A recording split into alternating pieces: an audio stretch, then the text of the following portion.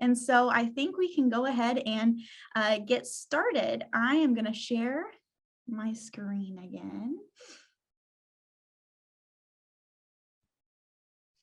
All right. So as the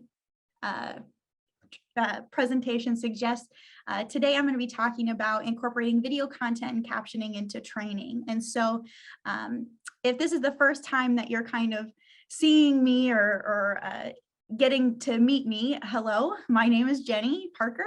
I am an instructional designer with the Child Welfare Research and Training Project at Iowa State University. The team that I work with, we specifically work with child support, which is how I came in line to be the coordinator for the Child Support Training Partnership. So it's been really wonderful to be a part of this group and to get to meet some of you and make those connections. And it's been just a really great part of joining this team and being a part of this job for me. So the reason why I kind of have really been passionate about including videos into specifically online trainings is that I actually have a background in video production and editing. I went to school at Iowa State, so it's only right that then I would become an employee. And when I was attending, I thought that I went for journalism and mass communication, and my kind of thinking was that I would go into broadcast journalism. So, working with the world of news on TV. And so it's always been a hobby of mine. It's always been something that I've been really interested in and passionate about. And it's not to say that every training that you do has to have a video element, but I just wanted to kind of share what my process was, give a little bit more information. So if it is something that you're interested in, certainly you can include it. And I do have a poll that I wanted to launch here at the beginning, just so that I can get a feel of where you all are at, if you've used training or if you've used videos and trainings before, and it can be one that maybe you've created or just one that you found online and wanted to incorporate. Maybe how many of you have done captioning. That's another element that we'll be talking about today. And then, what kind of video editing software have you used? And so, I love all the answers coming in here, and it looks like we have a really kind of a widespread of a little bit of everything. I love it. And it looks like most of you have answered here. So we can just kind of look at the results here. But we have several, like 77% of you have incorporated videos, but 70% of you have not, or excuse me, 53% have not had any experience with video editors, and it looks like 70% of you have not had an experience creating captions. So I'm so glad that you all are here so that we can kind of answer maybe some questions or just give you an idea. And for those of you that answered yes, that you do have some experience, feel free to write maybe some of your own tips or tricks in the captions. I would love to hear what your experience is, and we'll definitely have some Q&A at the end here, just so we can kind of share. So today, some of the kind of the main things that we'll be talking about is, first, we'll be answering the question, why video? Now, you all know I'm a little bit biased just because of my background and my interests. However, there are some real reasons why you should include or consider including at least some video elements into your training. And then we'll talk about some of the production phases. There are some things that are kind of industry standard, but we aren't working for TV stations. We're working within the world of training, and so I have kind of taken some of my background with that and tweaked it a little bit so that it kind of fits into the world of training. So I kind of wanted to go through what some of those standards are and best practices, but then also share kind of what my process is and kind of some ways that I found that it fits best within the world of instructional design. The third thing we'll talk about is captioning, and just making sure that we're providing some captions for people so that it's inclusive, so that everybody is able to get all of the information, and so that everybody has that option, so that they can get the full spectrum of that content. And then the last thing that we are going to look at is just a Q&A. So if you do have questions, or if you do have some comments, or maybe some of your own tips and tricks, we can kind of share at the end. So, but if you do have questions throughout the presentation, feel free to come off mute and ask. I'll try to monitor the chat as best I can as we're going along here, but feel free to point it out in case I miss anything, because I'm happy to answer questions as we go. So we are going to start with why video. So this is, there was a study that was done in the 70s. It's been kind of replicated and redone many times over. Some people call it the pictorial superiority effect, or the picture superiority effect. And essentially what came out of this study was that when people just see text or audio, they maybe retain like 10% of the information. However, if it is text or audio and a picture, it's closer to like the 65% mark. So as far as like being able to retain that information and be able to recall it later, if you can add visual with your text or audio, it tends to have better outcomes for the learners. And what is video if not audio and pictures kind of overlapping and going around? So it kind of combines that principle. So another reason why why video is there's been some interesting studies done on what's called mirror neurons in the brain. And so there's a lot of different, it's kind of new, it's sort of within the last 10 to 12 years, they've been doing studies on this, but mirror neurons relate to a lot of things, but specifically it relates to observational learning. And so what do we pick up when we watch someone do something? Can we learn something by just viewing it, essentially? And so because I am not a scientist or a doctor, I have a quick little video clip here. We're going to hear from Hank Green, if you know who he is, and he's going to kind of break down what are mirror neurons and how do they work in our brain as far as we know from the research.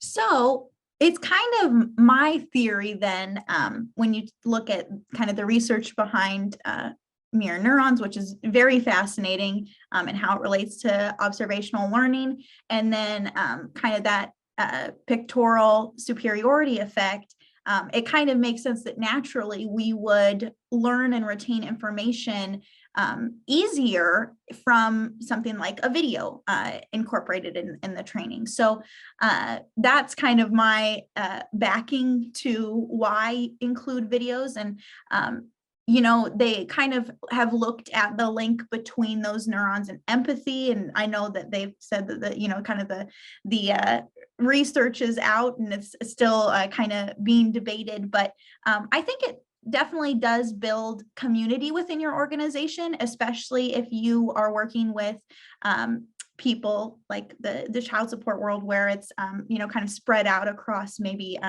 your state, or you're working with intergovernmental cases. And so it is nice when you can show somebody who is from your organization and not just a random voice behind a screen. It's kind of nice when people see somebody from their organization and, you know, they can relate to that and have that bond. And, you know, even if you are working all in the same office, it's just nice to see somebody that you know and recognize, and you can trust the information that they're giving to be accurate. It's not just somebody, you know, off the street or a talking PowerPoint. And so that's kind of my theory to why I include videos, aside from just the fact that I like them.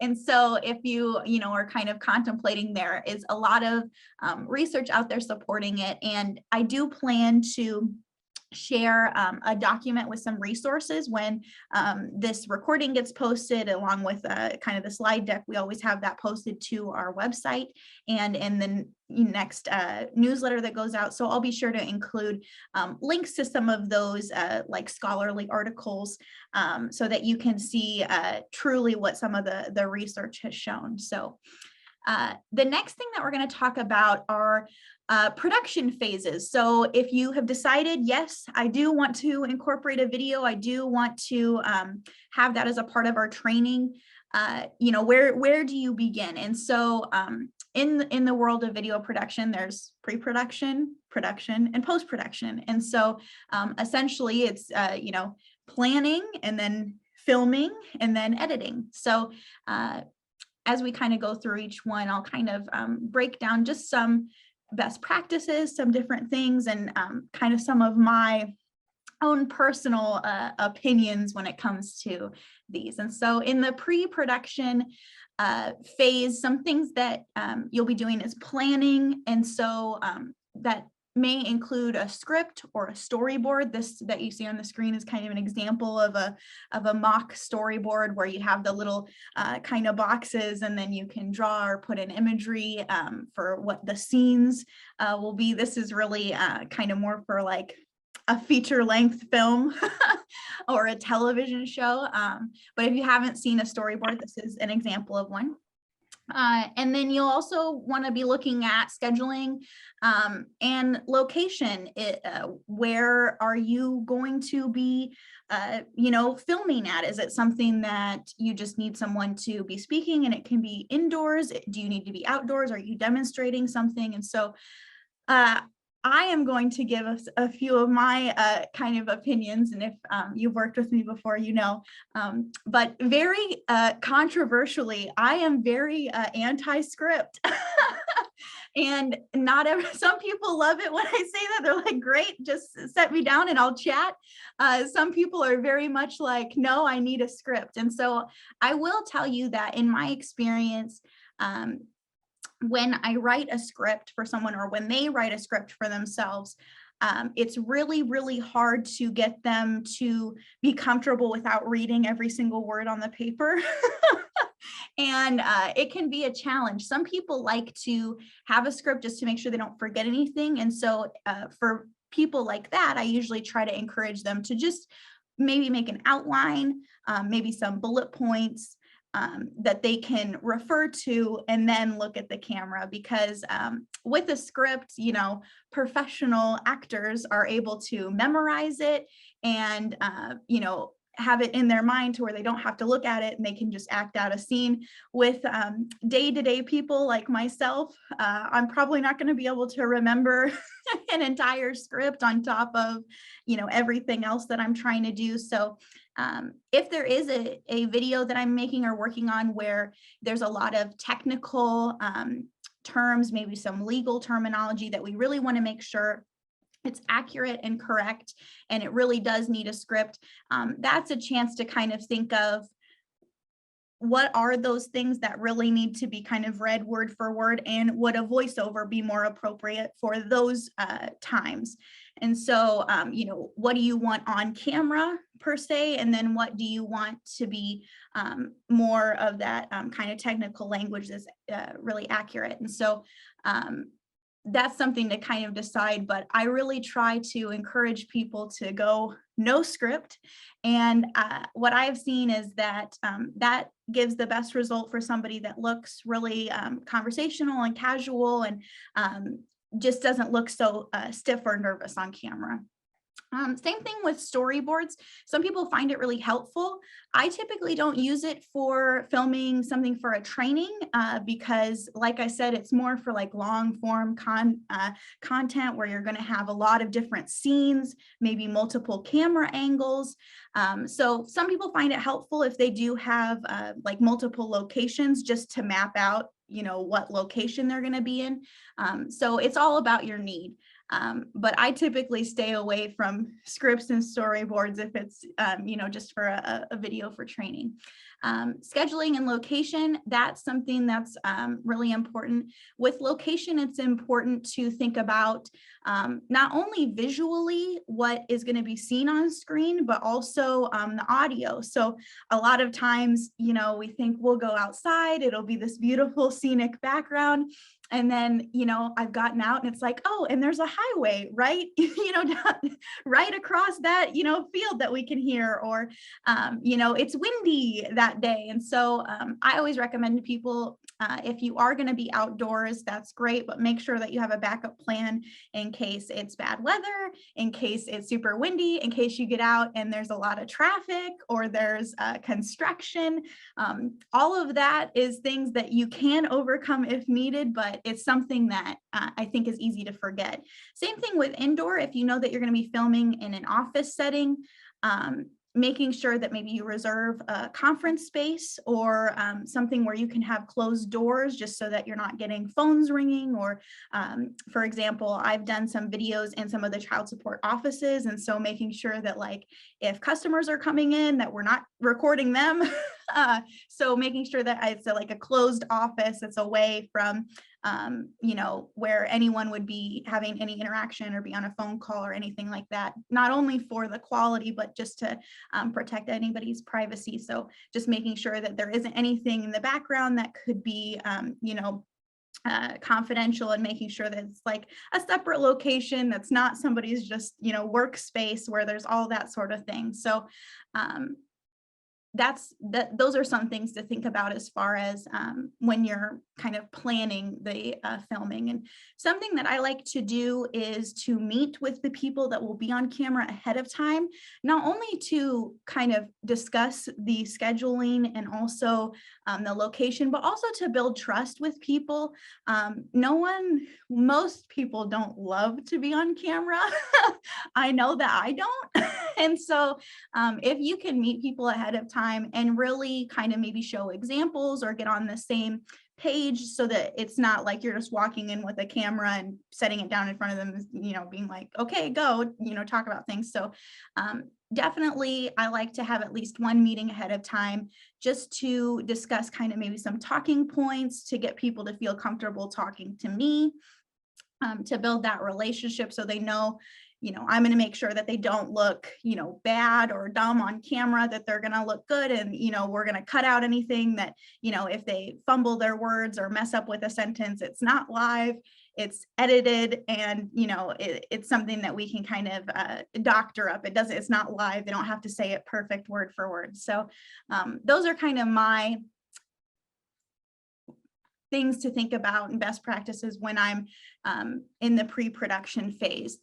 And the next thing that I want to talk about, I struggled with where to put it in this presentation. And I decided that I would put it in the pre-production phase because these are things to think about all throughout the production phases. So, you know, it's something to think about in the pre-production. It's something to think about when you are filming. And then it's also something to keep in mind when you're editing. And they are Richard Mayer's 12 principles to multimedia learning. This is something I'll also include in that document. And this is something that is really applicable to not only video, but just maybe some of your design as you are creating online trainings. It's or even in-person trainings if you are creating a visual aid. It's something to think about. So they're really, really useful. There are 12 in total. I'm just going to go through a handful of them that are relevant right now, but I'll definitely include some articles and some of the studies that he and his team have done in a follow-up document so that you can kind of read through all of that. But if you haven't heard of them, one of the first ones is the coherence principle. And so with that, the basic idea behind it is that people learn better when words and pictures and sounds, the extra is excluded rather than included. So not having, you know, a maximalist view, right? Not having a sound and word and visual on the screen all at the same time. Less is more is that kind of principle to think about. The next one is the redundancy principle. This one kind of, and there is some overlap with each of these, but this one is that people learn better from graphics and narration than graphics, narration, and on-screen text. So that tends to be really overwhelming and a little bit too much to focus on. It's not to say that that's not including like closed captioning, right, for an accessibility. That's not something different. This is if like you have, you know, every single word that you're saying is a graphic and maybe a person or something that you're trying to show on screen and the audio that's kind of reading word for word that exact text. So that's something to think about. And again, these are really just principles. It's not to say that they're set in stone. I've seen some of Richard Mayer's presentations on them. They're online, they're free to view, so I highly suggest it. And he even says as well, you know, these are general principles to help based on the research that they have conducted, but there's certainly kind of exemptions to the rules. So the next principle that we're going to talk about is the personalization principle. And so this is the idea that people learn better from multimedia lessons when words are conversational style rather than formal. So this kind of is what I found with the scripting as well. If you can just sit somebody down and have them explain something just in a casual conversational way, like how they would if they were just talking to me over lunch or something, rather than getting super technical with terminology and getting, you know, the super formal style language. People tend to understand and comprehend and retain that information better when it is a little bit more casual. Not to say that it can't be professional. I think you can do both, but what they found from the research is that when it's overly formal and overly technical, people really have a difficult time kind of understanding. The next one is the temporal excuse me, contiguity principle. And that is when people learn better when corresponding words and pictures are presented simultaneously rather than successively. So essentially, when you have imagery and audio at the same time versus an static image and then maybe a voiceover later. And so this is something that I've run into myself when using Articulate Rise. They have like where you can put in audio chunks, different places that the like learner will click on and go through. And then of course you can add, you know, static images or videos throughout the presentation as well. But using this kind of principle in this theory, it's best to have those together. And so a way to kind of get around that is, of course, if you do have an audio clip and an image to accompany that, maybe creating something in storyline and putting that together that way. So again, this principle really lends itself to video specifically because you do have both audio and visual at the same time going. So it kind of answers that question again of why should we even consider using video?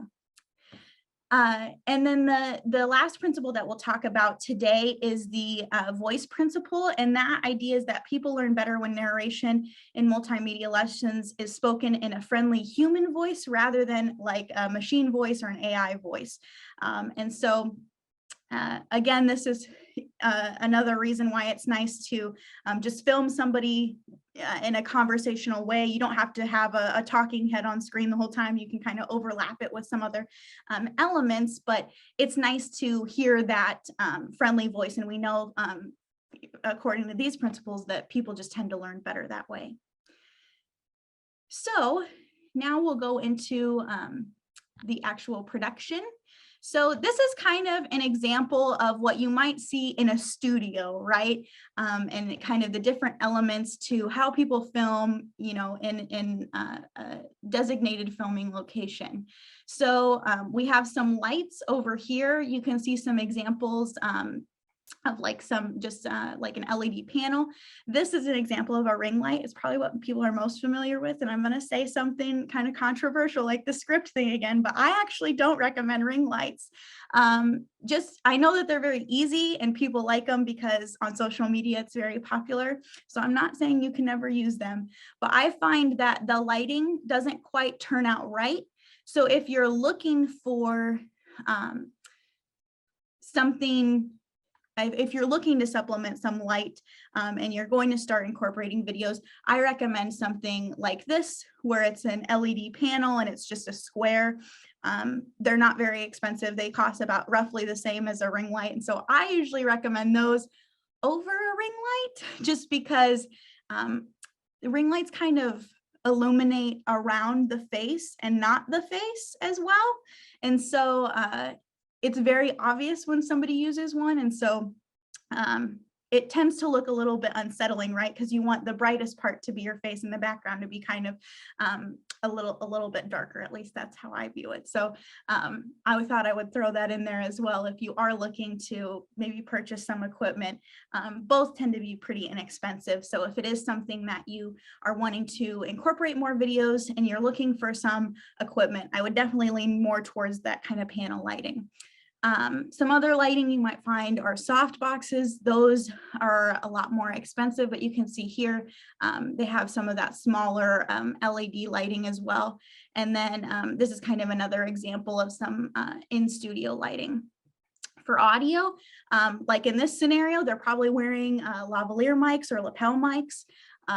That kind of connects wirelessly to a camera so that you can walk around, and then the receiver on the camera then records that audio. Or they might have a setup like this, like in a voiceover, for example, where there's kind of a mic that you set up close to. And then cameras are kind of the last piece to the puzzle when recording. So these are obviously, you know, very expensive, big studio cameras, but you can also have like a smaller setup. So this is like a DSLR camera and a mic that attaches to that, a shotgun mic. So that's a way that you can kind of combine these elements into one, and you can even attach an LED panel to a setup like that as well. So you don't have to have the full studio to make a quality video. It can be compressed down. And even further than that, I've seen people be able to create really great videos utilizing these elements even on a cell phone. So they make mics now that can be plugged in to a cell phone. Same thing with lighting, where you can kind of plug those in right there or have it close by. And so, it's an inexpensive way. If you have cell phones, you can get those little tripods for it and stick it on a table and still be able to make a quality video with it. And so those are some things to think about as well. So you can kind of utilize these elements and bring it down in a way that is useful to you without having to have the budget for a full TV studio. This is an example. I had to film myself. And so you can see in this image here, everything is well lit. You can see me, it's clear, it's in focus. And so the little background behind it is, you may think that was just lighting that was natural in a room. Maybe I had a window open, but I actually had an overhead light, a window open, a large window open. I have one of those LED panels here.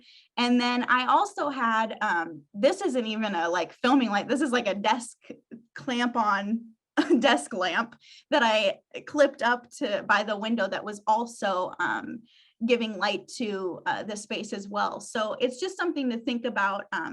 Lighting is really important, especially even outside. Sometimes I use some additional lighting as well, because we think in our mind, oh, it's not that much, but pretty much everything that you see on television has some external light coming as well. Same thing with microphones. You always want to have a mic of some kind, even if it is, if you're using a camcorder, they have them internally, because it just gives a cleaner recording. So those are some things to keep in mind with production. With post-production, there's a lot of different options. There is Premiere, which is what I typically use. There's Camtasia, which is something that's also really popular. There's from Camtasia and is from TechSmith, and they also have a screen recording software called Snagit. So they kind of go together. So if you are recording on your screen and that's how you're going to make a video with kind of a voiceover, that's a great tool to use. And there's some editing capabilities within that as well. If you use Canva in your department, they also have some video editing tools within their program. And then I also threw up DaVinci Resolve. I don't know if any of you have heard of it, but it's essentially a free version of Adobe Premiere. There isn't as many options with it, but it gets pretty close, and it's just nice that it's free. So if it's something that would be approved by your organization and you would like to incorporate videos, but maybe it's not in the budget, that's something to look at as well.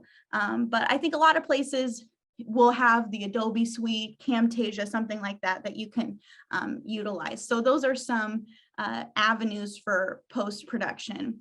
And let's see, I do have a little bit of time here. So I am going to share just a little bit of what it might look like to you so that you can see it. So I'm opening in Premiere. That's typically what I use, and I'm just going to use some stock footage. So when you open it, it kind of comes up to where you can select some footage, and then I'm going to use this, like person typing, and then you create. And I think that most people here have probably built something in Storyline or in Captivate, or maybe used a video editor, but they all kind of function pretty similarly, where you have kind of these rows that you can add things to. So, if I wanted to add a voiceover, I could put it down here. I could, record it and then put the file in here. Same thing if I wanted additional footage, right? So if I'm, starting with me talking, then, I can add some other, let's see here. I can add some other things to it as well. So you can kind of bring some footage or images over. Sometimes I'll put in, an image, or I'll bring up some audio files, maybe some music. So there's a lot of different options with it as well. Let me show you some audio.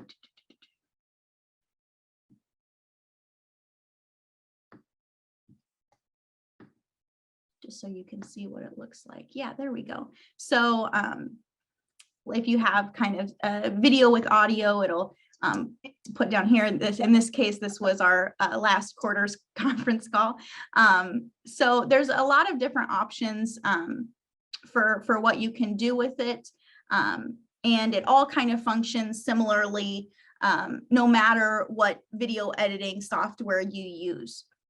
So that's kind of what it looks like. And again, it functions very similar to like Storyline, for example, where, each layer brings a new line, and then you can shorten it, you can elongate it, you can, put things together and add little transitions to them. You can change the video, you can change the coloring. So there's a lot of just different ways to kind of add things together and, kind of build your video out that way. So, and if you ever have any questions on it, if you're just getting started and you need some extra help, don't hesitate to reach out to me and say, hey, I'm working on this and I'm totally lost.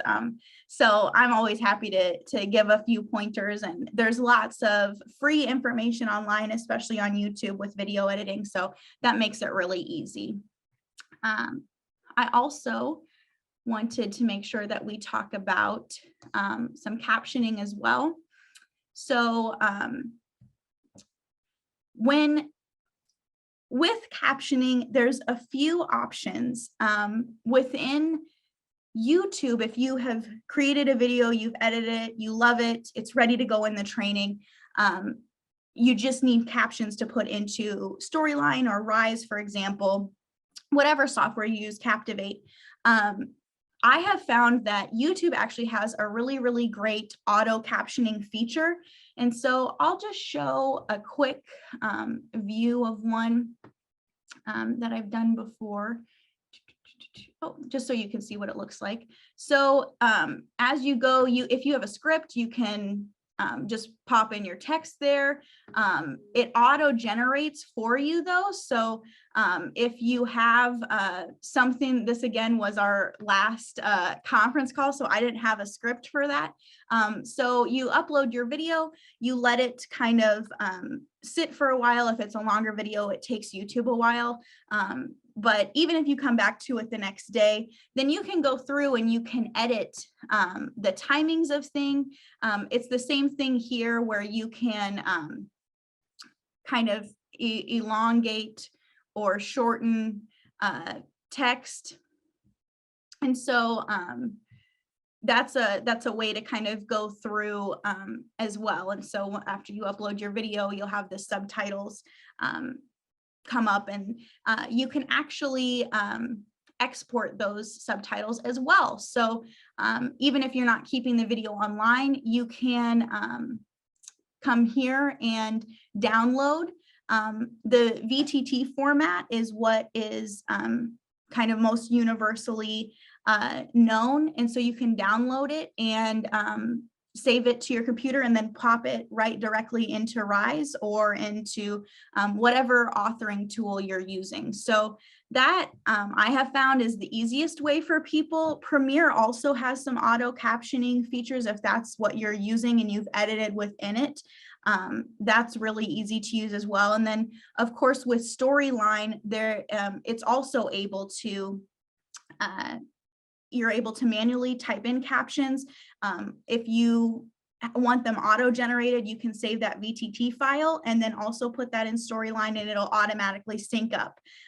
With captions, there's always a little bit of editing that you have to do, but for the most part, if you can get the bulk of it kind of auto-generated, then it's just a matter of editing those small little amounts. So with our kind of 7 minutes left, I just want to open it up to see if anybody has any questions. And let me look at the chat and see. Oh, Kelly likes DaVinci Resolve. Love that. It is a good free option, and it operates very similarly. Oh, thank you. I'm glad that it was beneficial for at least some of you. And like I said, if you do have any more questions, I will be sending out some of those documents with some resources on it, just things that I have found helpful in the past, and perhaps you can take advantage of it. With video editing, there's a ton of free resources out there, like I mentioned. So if you ever do, if you're looking up to do one specific thing, it's definitely out there. But yeah, we will post this recording, and we'll also post the slides for you and the different resources to things that I talked about, different studies and different tutorials. So any other questions before we end the call here?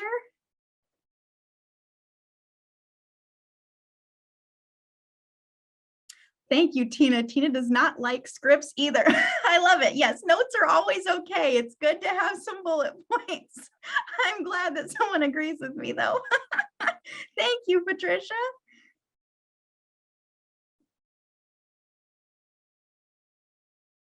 Well, don't forget to join us for our next networking call. And I hope that you all will join.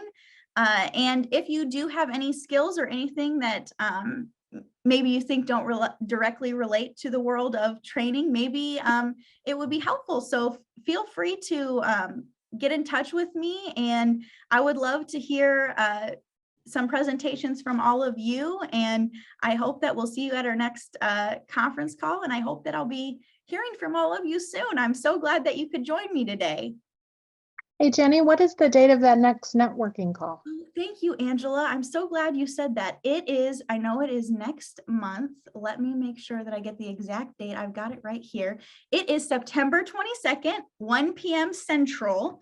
So I know that kind of changes. And I popped that registration link in the chat. I can do it again though. If you would like to join, so that once you get registered, you can add it to your calendar, and then hopefully we will see you there. So let me pop it in the chat here.